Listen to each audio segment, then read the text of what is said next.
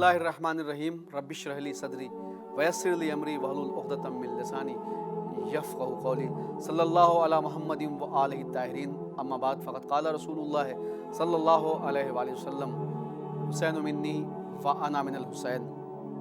यकीनन पैगम्बर ने उस ज़ात का तारुफ़ कराया है कि जो तमाम इंसानों में उसने एक ऐसा नक्श छोड़ा है जो क़यामत तक तारीख़ के सफ़हात पे मौजूद रहेगा। अल्लाह ने इंसान को अशरफुल खलाइक बनाया है, अशरफुल मखलूक़ात बनाया है, और अशरफुल मखलूक़ात बनाने का सबब क्या है, वजह क्या है? अल्लाह ने इंसान को अक्ल दी है और अक्ल दे के इस दुनिया में भेजा है।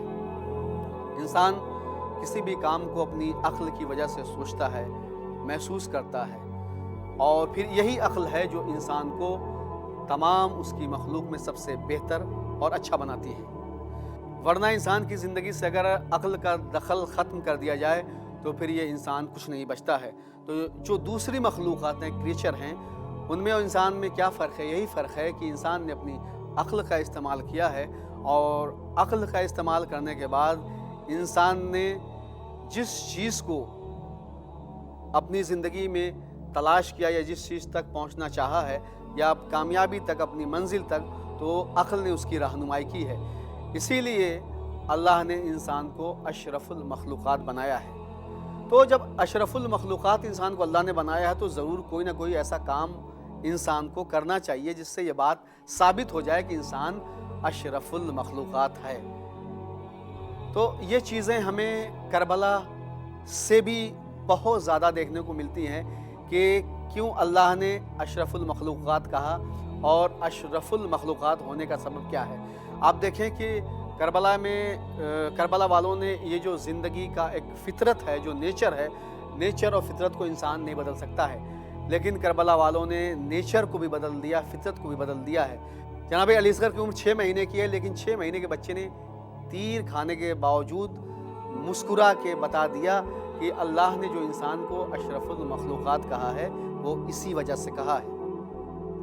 यकीनन हमें करबला से जो दर्स मिलता है वो ये मिलता है कि इंसान अपनी अक्ल का इस्तेमाल करे और देखे कि हक़ क्या है, बातिल क्या है। एक मिसाल हमारे सामने और भी जनाब हुर की है कि जो बातिल परस्त थे, बातिल नवाज थे, लेकिन एक शब में उन्होंने फ़ैसला कर लिया, अपनी अक्ल का इस्तेमाल कर लिया, इस्तेमाल किया और इस मंजिल पे पहुंच गए, इस नतीजे पे पहुंच गए कि नहीं, मैं जिस रास्ते पे हूँ, मैं जिस ज़्यादा राह पे हूँ वो गलत है।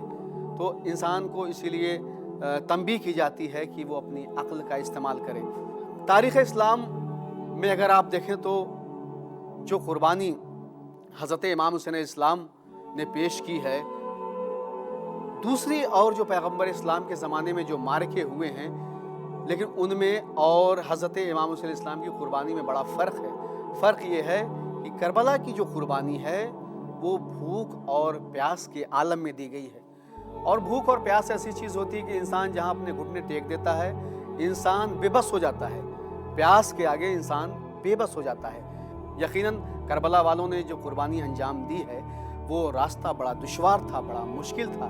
जाहिर सी बात है कि अपने सामने अपने 6 महीने के बच्चे को कत्ल होता हुआ देखना, जवान बेटे को कत्ल होता हुआ देखना, लेकिन क्या था कि कुर्बानी जो दी गई थी वो इसलिए दी गई थी कि वो रास्ता हक्कानियत का रास्ता था, सच्चाई का रास्ता था। इसीलिए आज तक हुसैन इब्ने अली की कुर्बानी को दुनिया याद करती है, और इसी तरीके से हुसैन की कुर्बानी को याद किया जाता रहेगा।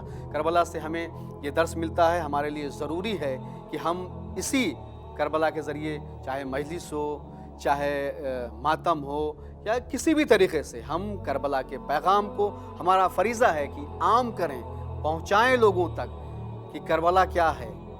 करबला हक्कानियत का नाम है, इंसानियत का दर्स देती है। करबला का ये दर्स है कि इंसान की ज़िंदगी आज पूरी दुनिया परेशान है, इस्तराब है, घबराहट है, अमन नहीं है, परेशानी नहीं, परेशानी है, हर इंसान परेशान है। क्यों? पूरी दुनिया में एक खौफ है, दहशत है, वहशत है। ज़रूरत इस बात की है इस 21वीं सदी में ख़ासकर हुसैन के पैगाम को आम किया जाए کہ زندگی بہت اہم ہے، کسی کو یہ حق نہیں ہے کہ کسی کی زندگی چھینے، کسی کی زندگی کو ختم کرے۔ ہر انسان کو جینے کا رائٹ ہے، ادھیکار ہے، اس کے پیدا کرنے والے نے یہ حق اسے دیا ہے۔ اور سب سے بڑا گناہ یہ ہے کسی کو قتل کر دینا۔ قرآن نے کہا من قتل نفسا بغیر نفس او فساد فی الارض فکأنما قتل الناس جميعا ومن احیا فکأنما احیا الناس جميعا۔ جس نے کسی ایک انسان کو قتل ہونے سے بچا لیا، قرآن کہتا ہے اس نے سارے انسانوں کو بچا لیا، اور جس نے کسی ایک بے گناہ انسان کو قتل کر دیا اس نے تمام انسانوں کا خون بہا دیا۔